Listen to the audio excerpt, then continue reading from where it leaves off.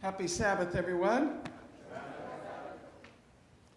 It's so good to see all of you. I see some of our good friends. I see Leland and Rosie are here, or I did see them. There they are. Welcome back. I'm so glad to see you guys. And Ed, Mr. and Mrs. Ed are here. I can't believe it. Where have you guys been? Are you still up in New England? Have you been all around? No, we just came back from Arizona. Arizona. Wow. Well, we're so glad that they still have a home here, so we'll get to see you once in a while.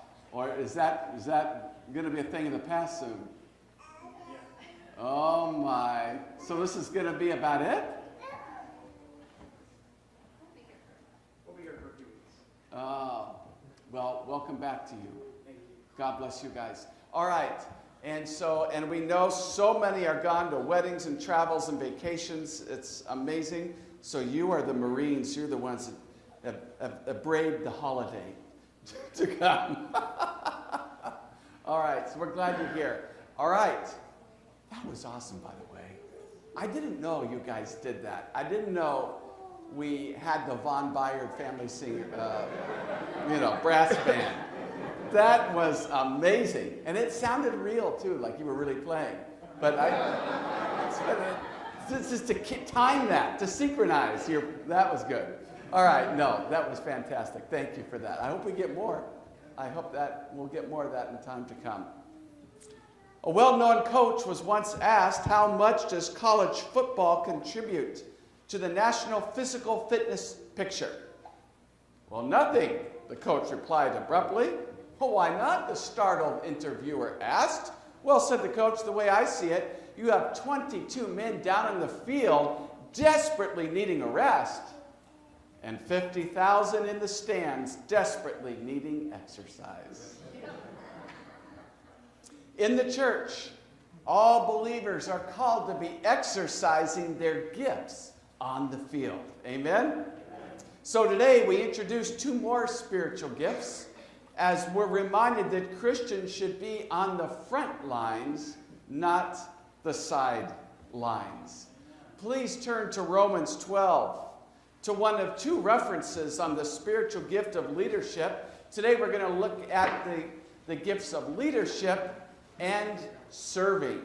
Leadership and serving gifts. This is part 3 in an ongoing series on spiritual gifts.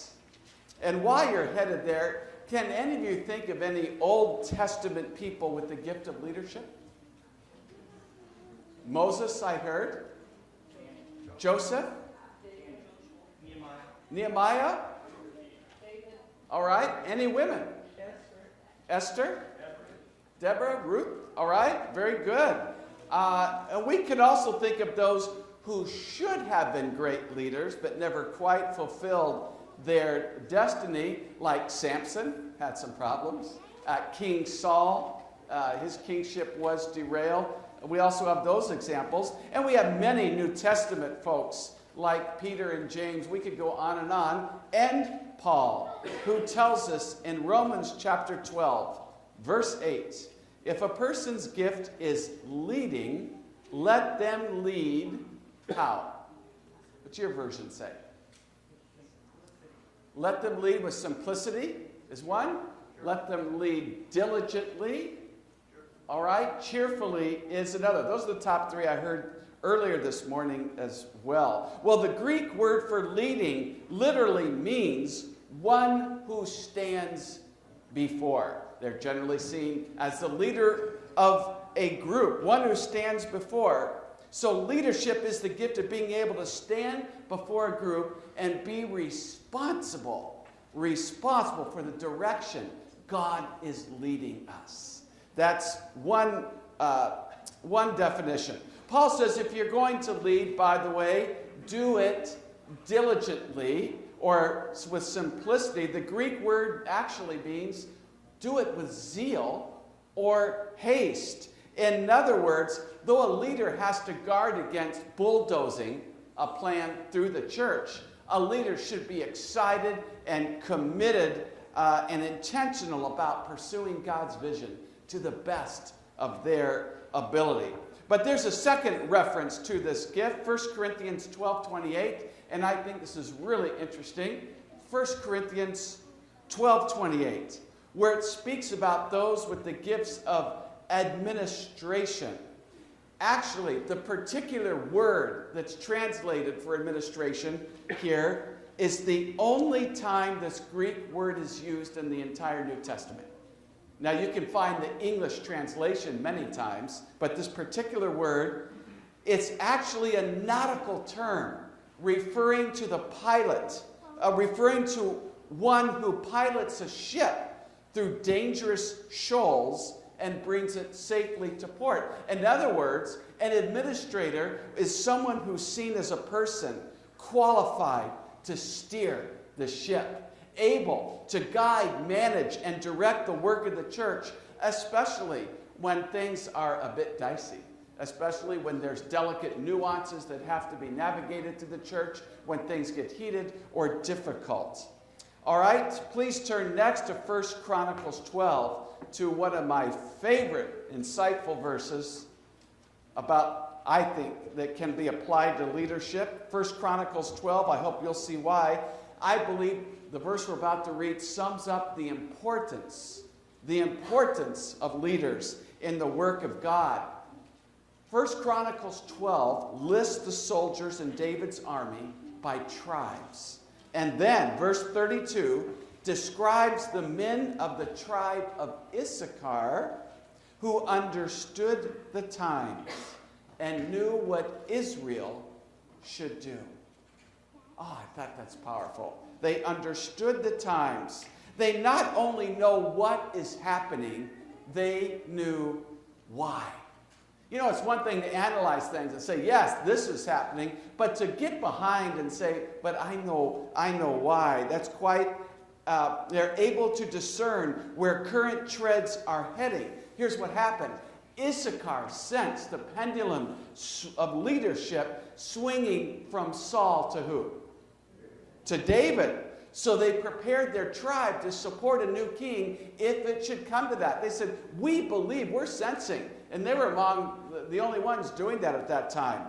So we need leaders who understand the times. But verse 32 also says, they knew what the people of God should what? Should do. With keen insight, Issachar eventually boldly took the step of going over to David's side. All right?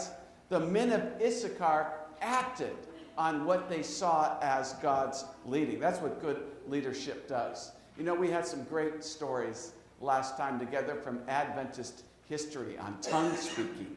Remember those? Those were interesting. This isn't an Adventist story, but I thought it's many of us could relate. Leadership coach Karen Miller tells how she and her husband needed to identify and develop new leaders for a new church plant. On one morning at worship, a woman in her 70s named Irene was setting up the communion table. Karen noticed that she went around to make sure everything else was in order, and everyone always responded to her request for help. Afterward, Karen said, Irene, have you considered that you just might have the gift of leadership? What do you suppose Irene said? Common response, oh no, not me, no way. Look, I'm a grandmother. I'm a mom. I'm a housewife. I'm just a humble servant. Well, some months later, in this young church, they received a visit from a Rwandan church leader who came with the vision. He said, I'd like to build an orphanage and a school for children in Rwanda whose parents have been slaughtered in the genocide. Well, the church decided they just had to help, and so they decided to have a banquet to help raise funds for this project. Karen went to Irene, and they asked her to help. Well, when she visited a possible caterer, he donated somehow, she convinced him to donate most of the food. She spoke with the owner of a banquet hall who said, sure, I'll give it to you for free. She spoke with tech people who volunteered their time. On and on the banquet night, over 200 people came, and enough money was raised to build the school and their first dormitory. But here's the point. Afterward, Karen said, Irene, that's amazing. Maybe you are a leader? And she began to laugh and said, well, maybe so. Each spring, Irene led the banquet, and over time, they posted photos in the foyer of kids who had lived on the streets and who had never brushed their teeth before, but now they had these beaming white smiles. Boys who had been malnourished, their arms and legs painfully thin, now ran and jumped across the courtyard.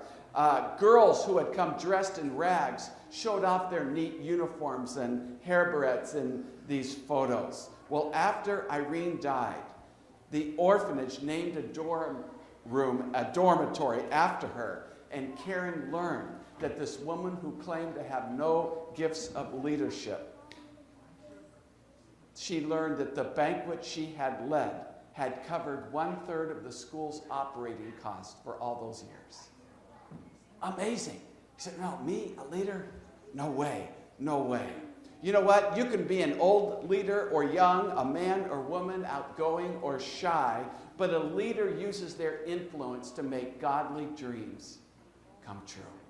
Perhaps God is wanting to use you as a leader. Well, please turn to Romans 12, and in our remaining time, we're going to flip the coin and look at serving gifts like helps and mercy and giving. We don't have time to explicate them all, and when Ernest, we begin administering the spiritual gifts inventories that we'll be doing, you'll learn much more about them. But Romans 12, beginning with verse 6, we have different gifts, Paul says, according to the grace given to each of us. If your gift is prophesying, then prophesy in accordance with your faith. If it is serving, then serve. If it is teaching, then teach. Do you believe the Bible is inspired? I believe it is, and I believe that the Holy Spirit inspired Paul to put the gift of serving, to sandwich it, to put it right in the middle of a sandwich. You've got prophesying, serving, teaching. Do you see any significance to that? Now, and maybe it's just my thought. I could be wrong. But when I looked at that, I thought, wow, prophesying and teaching are more of the showy, glitzy kind of gifts, right? Wow, power gift, you know? But serving is what some people look at it as more of a mundane, menial kind of gift. However, I looked at that, I thought, wow, we found the missing link. Here it is. Because serving is the link to everyone else's success in ministry. You don't have serving, then all the other great showy gifts don't come together. Serving is the link that makes everyone else's ministry successful. Without serving, we may be a charismatic church, but we wouldn't be a caring one. And that's what Paul says really counts.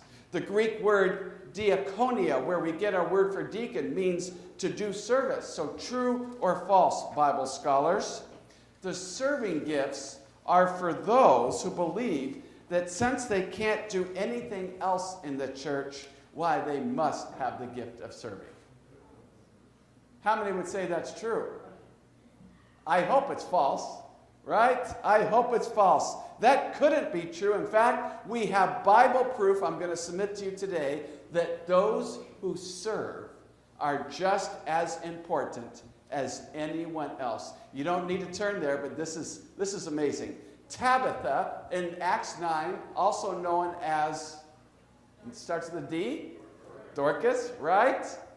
She was gifted to be a server. She used her talent of what? Sowing, through the gift of serving. She was especially faithful in helping the widows of the church. Now, just before Simon Peter arrived for a preaching engagement, I don't know if there's a connection. I hope there's not. But she what? She died. Hopefully there's no connection. The widow showed Peter, I'd hate to see, who's preaching next week? Oh, Pastor John. Oh, no way. That's terrible. I hope that doesn't happen. All right? So here's what happened. Peter gets there, and everyone was grieving. And the widow showed Peter all the dresses and clothing that she had made. They greatly lamented her death because she was the good neighbor center of that day. She's where the person everyone went to. Well, Peter was so touched by the scope of her ministry that God used him to what? To raise Tabitha from the dead. But here's what I thought about that. Here's the twist. Did Peter have gifts too? Sure. He had been mightily used by God as a preacher, as a leader, and as a healer. Someone, in fact, could have easily thought that Peter's huge gifts were more important than Tabitha's little gift of serving. However, when Peter died, you know what struck me? No one raised him from the dead. But they did for Tabitha and her gift of service. All right, some gifts fill spiritual needs, but the serving gifts help in practical areas. Those with the gift of service have the ability to see things that need to get done, and they do them. Those with serving gifts are the one washing dishes after we've gone home. They're the ones putting up chairs while we crawl over them to get to the exits. They're the ones who ask if they can help carry or clean or deliver while everyone else is heading home. Servers tend to be one-person armies. They've been given special grace to exercise humility, to continue serving even if they don't get credit for it. Availability is one of their strongest characteristics. They almost never say no when asked to serve. But here's some things to be on guard for if you're a server. Servers have to deal with the temptation to become overly what? Overly committed, overly busy, which can lead to stress and frustration. Servers are not always good delegators. Why?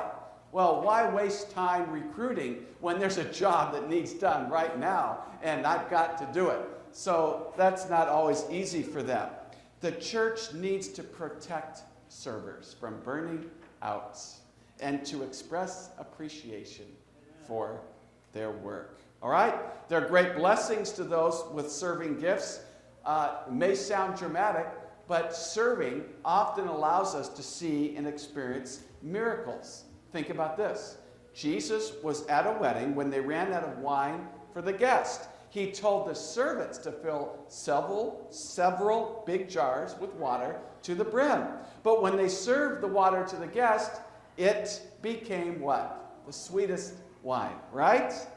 The guest never knew what happened, but the servants were the ones who witnessed the miracle, weren't they? I love that. Same is true for us when we serve. Serving helps us to be more like Jesus as we shift our focus off of ourselves onto others. Serving increases our faith as we move out of our comfort zones. God increases our faith as we depend upon Him and see Him fill needs miraculously. Finally, serving is good for the heart. Helping others is the best medicine to heal our own souls. Now, I want to make some beginning practical application. Our passion, this is important to get, our passion for a particular kind of ministry shows us where to serve. Our passion for a ministry shows us where to serve. Our spiritual gifts show us how to serve. Passion shows us where. Our spiritual gifts show us how.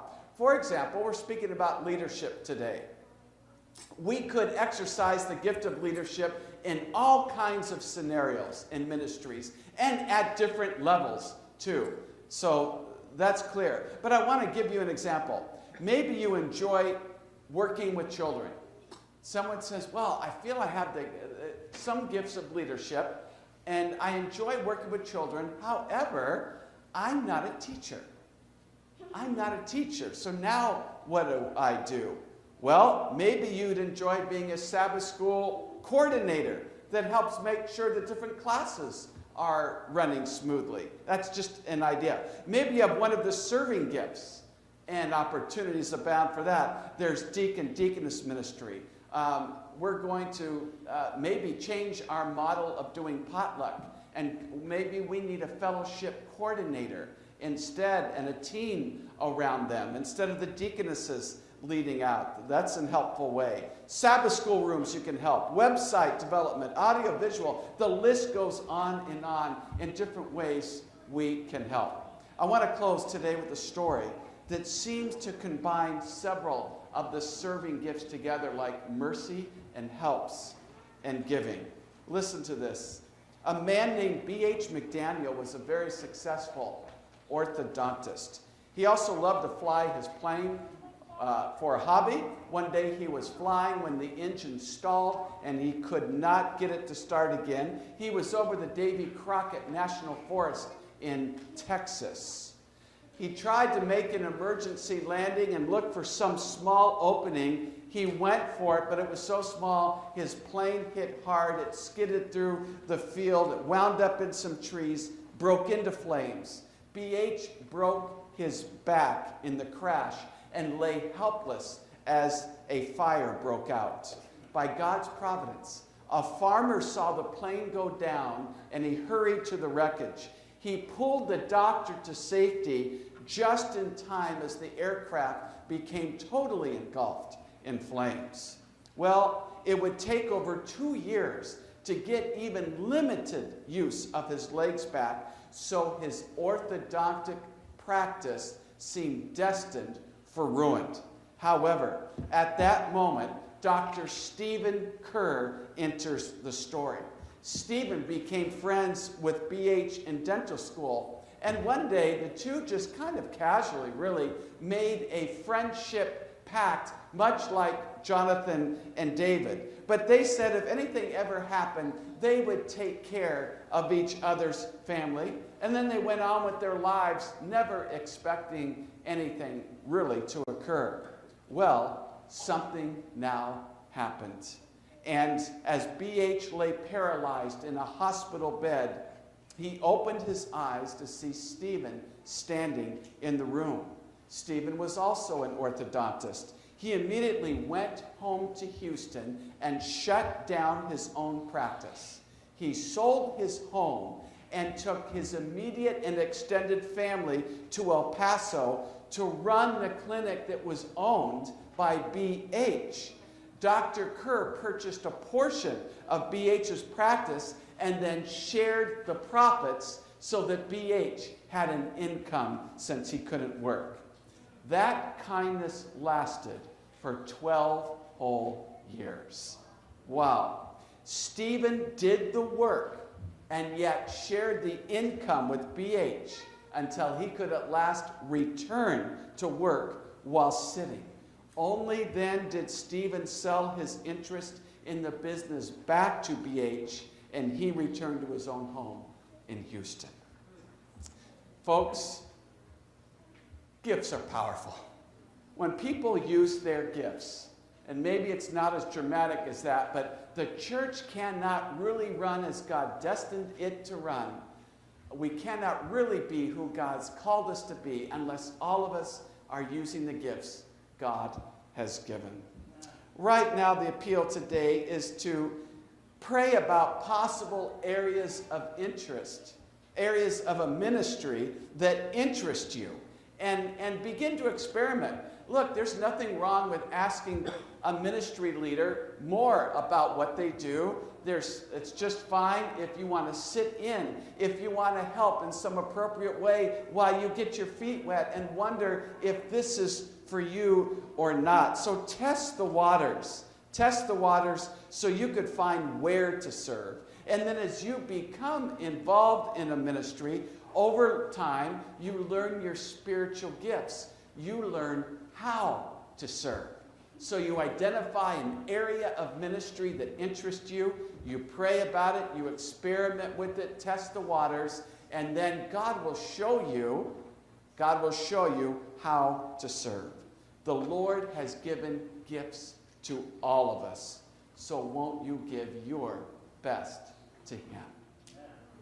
Our closing song today is Give of Your Best to the Master, number 572.